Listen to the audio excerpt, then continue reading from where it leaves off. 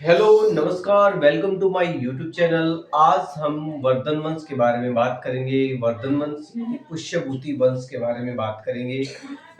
गुप्त वंश के बाद जो छोटे छोटे राजवंश बहुत सारे हुए हैं, लेकिन उनके अंदर उन छोटे छोटे राजवंशों के अंदर जो इम्पोर्टेंट है वो है वर्धन वंश। ठीक है। जिस वंश ने अपनी एक अलग पहचान बनाई वो है वर्धन वंश। ठीक है। वर्धन वंश यानी हर्षवर्धन। ठीक है। उस टाइम पे वैसे तो छोटे छोटे राजवंश थे, जैसे कि गोड वंश और मोखरी वंश। ठीक है। वैसे हम पढ़ेंगे वर्धन वंश। वर्धन वंश के बारे में बात करूं तो इसकी जो स्थापना है वो पुष्यभूति जी के द्वारा की गई। भाई ये है इसका संस्थापक।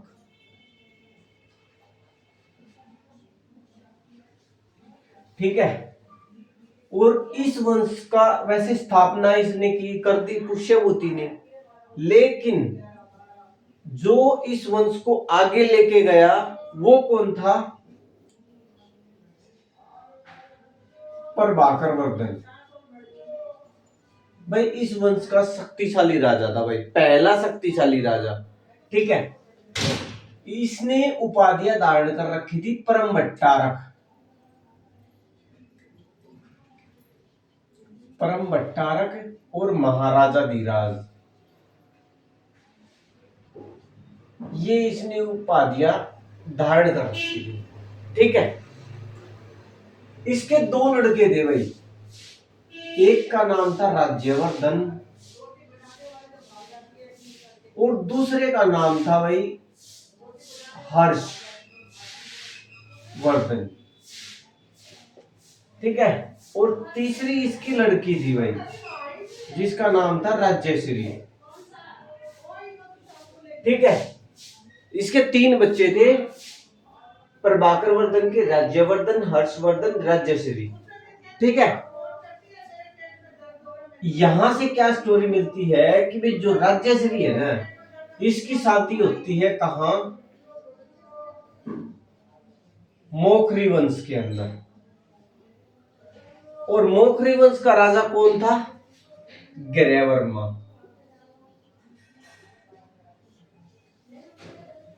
राज्यश्री की शादी मोखरी वंश के अंदर होती है, जिसका राजा होता है ग्रहवर्मा। ग्रहवर्मा से राज्यश्री की शादी होती है। ठीक है। और उस टाइम पर ग्रहवर्मा को मार दिया जाता है किसके द्वारा? देवगुप्त और शशांक के द्वारा। देवगुप्त कौन है? ये भाई मालवा का राजा था भाई। और शशांक कौन था? शशांक था भाई गौड़ का राजा, उस टाइम पे बंगाल के पास। ठीक है भाई। शशांक, ये शशांक वही है जिसने बोधि वृक्ष को कटवाया था। ठीक है। यानी उस पेड़ को इसने कटवा दिया था जिस पेड़ के नीचे महात्मा बुद्ध ने ज्ञान की प्राप्ति की थी। उस पेड़ को इसने कटवा दिया था। इसने उस पेड़ को क्यों कटवाया था? क्योंकि बौद्ध धर्म के अंदर बहुत सारे मतलब अवांछित तत्व शामिल हो गए थे। ठीक है। उन्हीं की वजह से इसने उस पेड़ को कटवा दिया था। वैसे ये भी ठीक था भाई, अच्छा राजा था। इसके बारे में अगर डिटेल से पढ़े तो देख लेना भाई। ठीक है। क्या था? प्रभाकर वर्धन के तीन संतान थी, राज्यवर्धन, हर्षवर्धन, राज्यश्री। राज्यश्री की शादी कहां कर दी जाती है? मोखरी वंश के अंदर ग्रहवर्मा से। और देवगुप्त जो कि मालवा का राजा है, इसने अपने मित्र शशांक के साथ मिलकर इसको मार दिया भाई, और इसको राज्यश्री को बंदी बना लिया। ठीक है। और अधिकार कर लिया कहां पे? कन्नौज पे भाई। ठीक है। यहां तक समझ में आया? कन्नौज पर अधिकार कर लिया। ठीक है।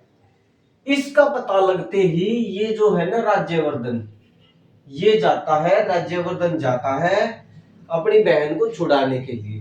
ठीक है, तो ये क्या करते हैं कि भाई जो देवगुप्त और शशांक, वैसे राज्यवर्धन देवगुप्त को तो मार देता है, लेकिन शशांक इसको धोखे से मार देता है भाई।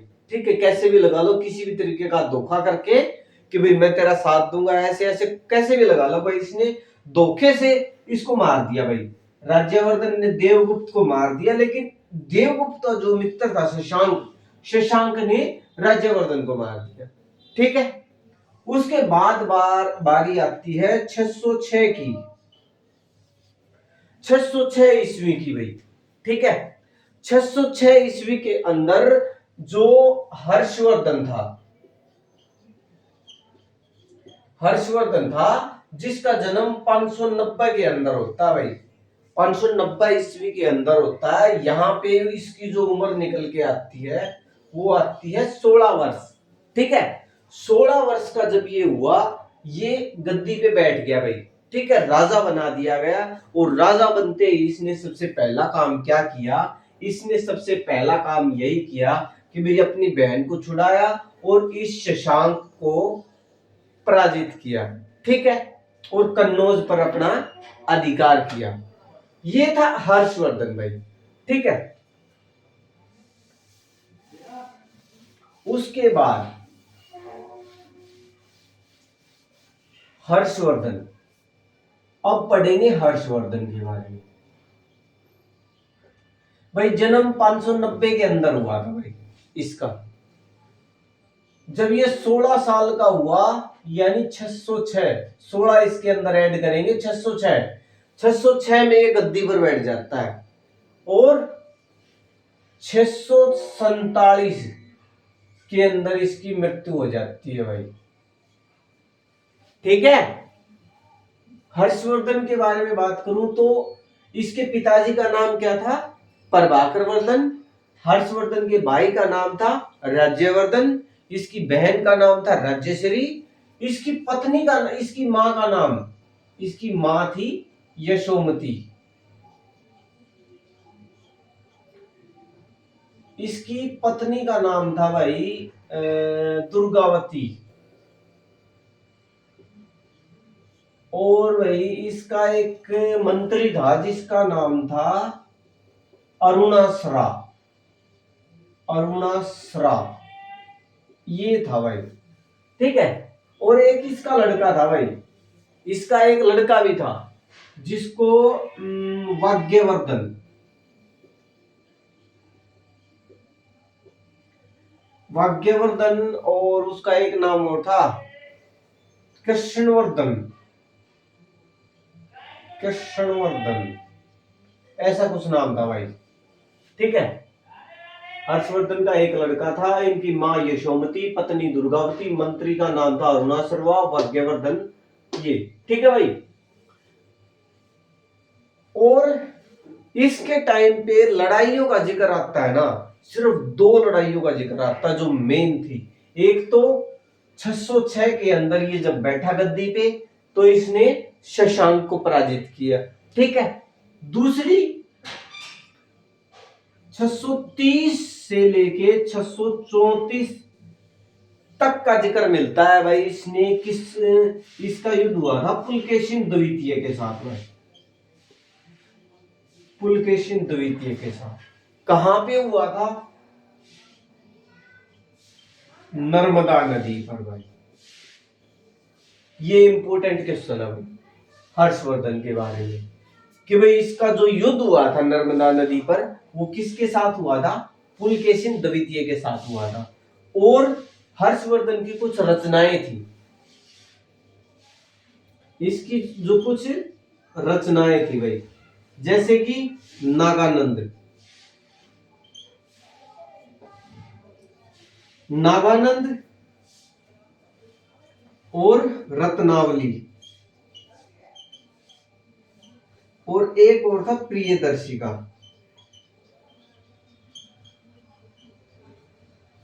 ये इसने 3 रचनाएं लिखी भाई, और तीनों किस में लिखी, तीनों संस्कृत में लिखी भाई।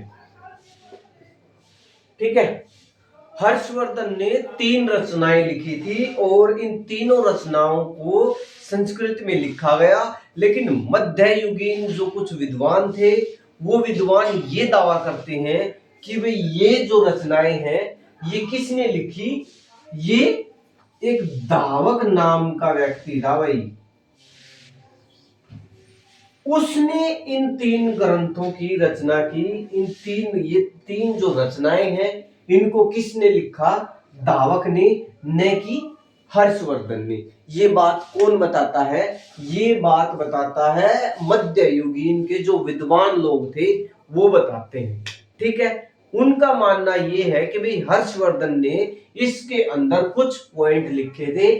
ठीक है, यानी कुछ बातें लिखी थी इन किताबों के अंदर, और जो बाकी का जो सारा वृत्तांत था, जो सारी समरी थी, वो धावक नाम के एक व्यक्ति ने लिखी।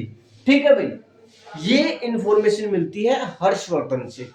और बात करूं नागानंद के अंदर क्या मिलता है भाई, नागानंद जो ग्रंथ था, जो रचना थी, इसके अंदर इसका मतलब है नागों का आनंद, नागों का आनंद। इसमें क्या है कि नागों का आनंद भाई इसमें बताया गया है कि भाई गरुड़ देव को प्रसन्न करने के लिए, उसको खुश करने के लिए नागों की बलि दी जाती थी। ठीक है, बहुत सारे नाग इकट्ठे कर लिए जाते थे और उनकी बलि दी जाती थी। किसको, गरुड़ देव को खुश करने के लिए। ठीक है, और उस टाइम पे एक राजा हुआ था जिसका नाम था जीमूतवाहन। भाई उसको ये पसंद नहीं आया। ठीक है, उसको ये पसंद नहीं आया और उसने क्या किया, उसने ये किया कि भाई नागों की जगह बलि कौन देगा, इसने अपना शरीर त्याग दिया भाई। ठीक है, कि भाई इन नागों की बलि क्यों लेते हो आप, एक मतलब इंसान का शरीर, मेरा शरीर धारण करो, मत ग्रहण करो। ठीक है, मेरी बलि स्वीकार करो। ये बात मिलती है कहां, ये जो स्टोरी है ये नागानंद के अंदर। दूसरी है रत्नावली। रत्नावली यानी रत्नों की माला कहा गया भाई इसको। ठीक है, इसको रत्नों की माला कहा गया है। यानी इसके अंदर क्या है, इसके अंदर ये भी एक कहानी है। ये किसकी कहानी है, एक लड़की है जिसका नाम है विदुषी।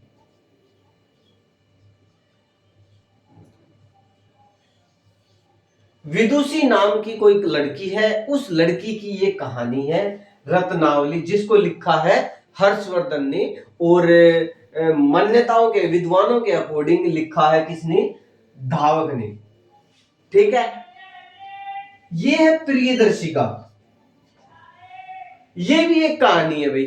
ठीक है, इसके अंदर क्या है, इसके अंदर ये एक राजकुमारी का नाम होता है प्रियदर्शिका, और इसके साथ एक राजा होता है जिसका नाम होता है उदयन। उदयन भाई, इन दोनों की कहानी है भाई, राजा उदयन और प्रियदर्शिका की कहानी है। ठीक है, ये 3 रचनाएं हर्षवर्धन ने लिखी है।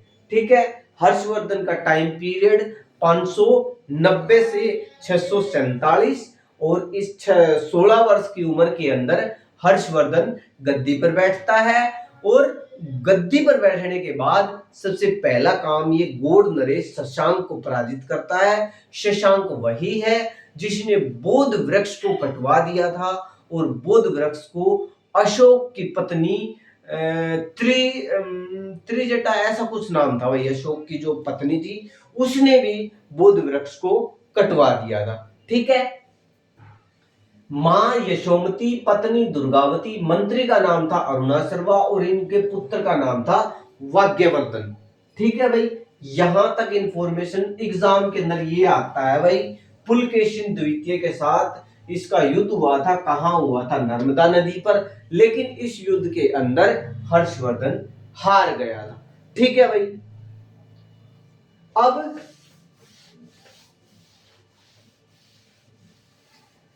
बात करते हैं कि इस ग्रंथ की जो हमें इंफॉर्मेशन मिलती है वो कहां कहां से मिलती है। ठीक है, यानी हर्षवर्धन काल की जो इंफॉर्मेशन है वो हमें कहां कहां से मिलती है। सबसे पहले अभिलेखों से। अभिलेखों से हमें इसकी जानकारी मिलती है। कौन सा अभिलेख सबसे पहले आता है? एहोल।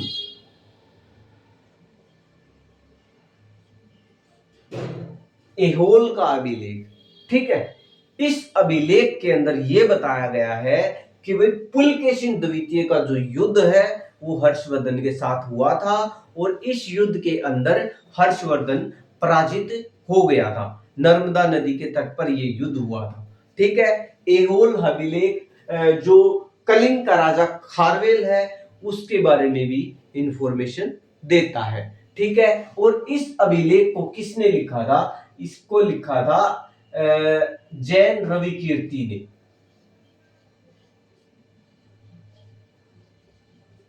ठीक है भाई।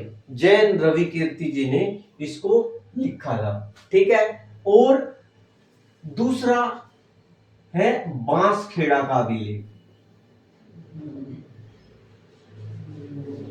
बांसखेड़ा का अभिलेख भाई इस ग्रंथ के अंदर, इस अभिलेख के अंदर भी हमें इस वंश की जानकारी मिलती है। हर्षवर्धन के राजनीतिक, प्रशासनिक और मतलब हर्षवर्धन काल की जानकारी मिलती है कि भाई उसका जो प्रशासन किस तरीके से चलाया जाता था, हर्षवर्धन काल के अंदर कौन कौन से दार्शनिक आए थे, ये सारी इंफॉर्मेशन बांसखेड़ा का अभिलेख देता है। और एक अभिलेख और है भाई मधुबन, मधुबन ताम्रपत्र अभिलेख,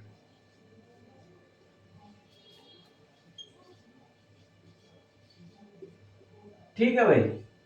एक ये है, ये तीनों जो अभिलेख हैं ये हर्षवर्धन काल की जानकारी देते हैं, ठीक है भाई। और इसके अंदर जो बाहर से विदेशी लोग आए थे उनके बारे में बात करते हैं। सबसे पहले बात करते हैं हम बाणभट्ट के बारे में, ठीक है। ये कौन था भाई? ये दरबारी कवि था भाई, ठीक है। हर्षवर्धन के मतलब राज के, हर्षवर्धन काल के अंदर ये हर्षवर्धन का दरबारी कवि था, हर्षवर्धन के दरबार में रहता था, ठीक है। इसने दो रचनाएं लिखी, ठीक है। एक लिखा है भाई इसने हर्षचरितम, हर्षचरितम, ठीक है। और दूसरा लिखा है इसने एक उपन्यास लिखा भाई, कादंबरी। ये उपन्यास लिखा था भाई और ये लिखा है इसने संस्कृत में। हर्षचरितम के अंदर क्या है?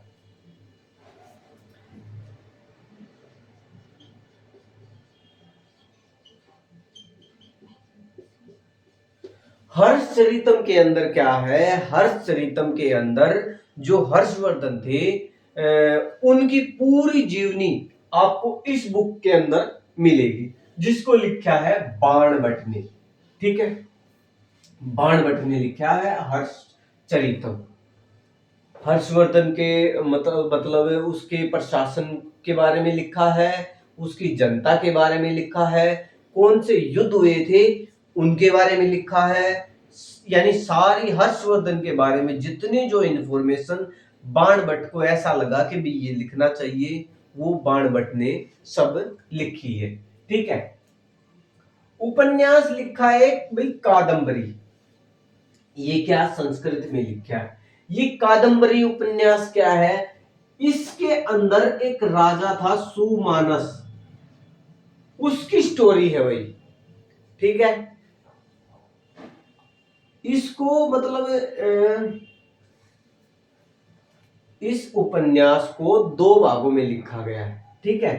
पहले भाग को लिखा है बाणभट्ट ने और इसका जो सेकंड भाग है ना भाई उसको लिखा है भूषण भट्ट ने।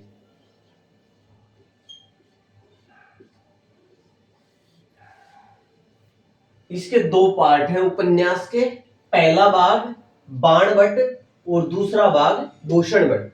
क्योंकि इसके पहले भाग मतलब ये उपन्यास कंप्लीट नहीं हुआ था और बीच में ही बाणभट्ट की मृत्यु हो जाती है और इसकी मृत्यु के पश्चात इस उपन्यास को पूरा कौन करता है, उसका लड़का भूषण भट्ट इस उपन्यास को पूरा करता है। ठीक है, ये राजा सुमानस की कहानी है। ठीक है भाई, ये था बाणभट्ट के बारे में। यहां से क्वेश्चन आता है कि भाई जो कादंबरी उपन्यास है वो किसने लिखा है। ऑप्शन में तो यही मिलेगा बाणभट्ट, ये भूषण भट्ट नहीं मिलेगा। ठीक है, बाणभट्ट। हर्षचरितम की रचना किसने की है, बाणभट्ट ने। बाणभट्ट कौन था, हर्षवर्धन का दरबारी कवि था। यहां से ये तीन क्वेश्चन बनते हैं। बाणभट्ट कौन था, हर्षवर्धन का दरबारी कवि था। और जो कादंबरी उपन्यास है वो किसने लिखा, बाणभट्ट ने। और जो हर्षचरितम जो बुक है ये किसने लिखी, ये जो ग्रंथ है ये किसने लिखा, ये बाणभट्ट ने लिखा। ये इंफॉर्मेशन बाणभट्ट के बारे में मिलती है। ठीक है, और कई बार एग्जाम के अंदर ये क्वेश्चन भी आता है कि भाई जो हर्षवर्धन है वो वीणा बजाता था भाई।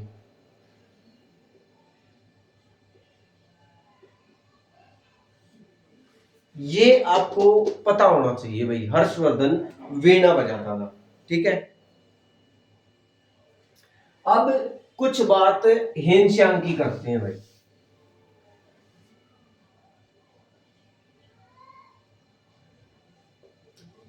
हेनश्यांग, हेनश्यांग कौन था भाई, सबसे पहले तो ये बात पता होनी चाहिए भाई, ये एक चीनी यात्री था भाई, चीन से आया था भाई। चीनी यात्री हमारे भारत में क्या करने आया था भाई उस टाइम पे, यानी 630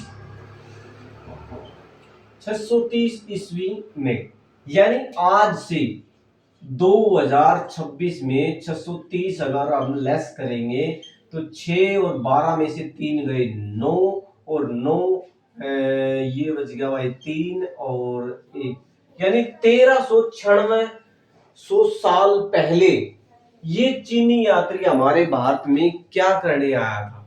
ठीक है, मैं बताऊं क्या करने आया था। जिस तरीके से आजकल हमारे देश के जो युवा वो इंग्लैंड अमेरिका पढ़ने के जाते हैं, वैसे ही उस टाइम पे जो नालंदा विश्वविद्यालय था, उस टाइम पे नालंदा विश्वविद्यालय के अंदर विदेशों से बच्चे पढ़ने के लिए हमारे भारत के अंदर आते थे। ठीक है, अगर आप सोच के देखो, अगर आज के टाइम पे हमारा जो नालंदा विश्वविद्यालय नहीं जलाया जाता, उसकी तोड़फोड़ नहीं की जाती आक्रमणकारियों के द्वारा, तो आज हमारा जो भारत है वो कहां होता। ये देखो 1300-1400 साल पहले विदेशों से पढ़ने के लिए हमारे भारत में आते थे। हमारे भारत की ऐसी छवि थी कि भाई 1300-1400 साल पहले विदेशी लोग हमारे भारत में आते थे। तो और आज हम वहां जा रहे हैं, देखो। ठीक है, हमारे भारत की क्या कुछ छवि रही होगी। ठीक है, ये क्या था कि ये नालंदा विश्वविद्यालय के अंदर पढ़ने आया था भाई। ठीक है, नालंदा विश्वविद्यालय के अंदर पढ़ने आया था और यहां से बौद्ध ग्रंथों को इकट्ठा करने भी आया था। ठीक है, नालंदा विश्वविद्यालय के अंदर पढ़ने आया था और यहां से बौद्ध ग्रंथों को लेने के लिए आया। ठीक है, बौद्ध ग्रंथ की शिक्षा लेने के लिए आया। और ये 630 के अंदर आता है, कई बुकों के अंदर इसको 629 दिखाया गया है, कुछ नहीं फर्क पड़ता, 629-30 के अंदर आया था। ये कुल मिला के 15 सालों तक रहता है भाई भारत के अंदर। और 645 के अंदर यानी हर्षवर्धन की मृत्यु के 2 साल पहले, हर्षवर्धन की मृत्यु के 2 साल पहले यानी 647 में हर्षवर्धन की मृत्यु होती है। उसके 2 साल पहले ही हर्षवर्धन को ठीक ठाक छोड़ के ये यहां से भारत से चीन चला जाता है। ठीक है, 645 के अंदर। और हेन सांग ने एक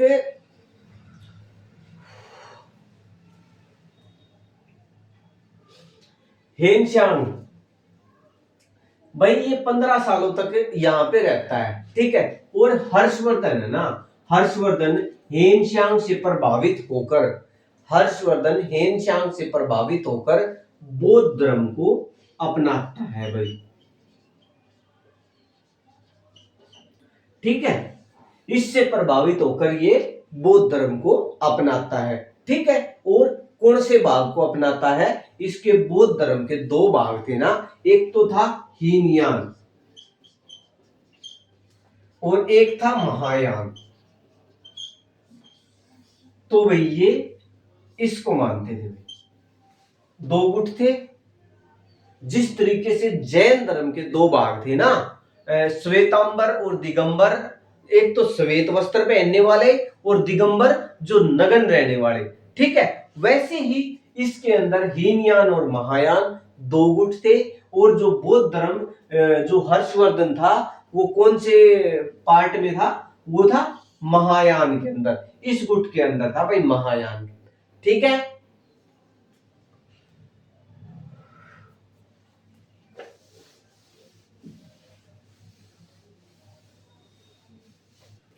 और हर्षवर्धन इसने हेनशांग ने बुक लिखी हुई शियुकी, ठीक है।